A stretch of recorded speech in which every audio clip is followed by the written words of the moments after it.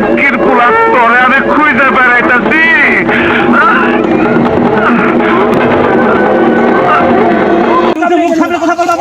আপনি বলছেন না ফালতু কথা। আপনি কথা বলবেন তুমি কে এখানে? তুমি কে? তুমি কে এখানে? তুমি সীমান্তে তুমি কে এখানে? এখানে কে কথা বলবে? বিজেপি কথা আমাদের জমি তো কি হয়েছে? তুমি কে? ল্যান্ডের লোক তুমি, আপনার বিয়ে আছে না? কথা বলছে আমাকে শুনে সীমানা আসলে নোটিশ দিতে কেন? না কেন তুমি এই কথা বলো কেন? যে তুমি কে?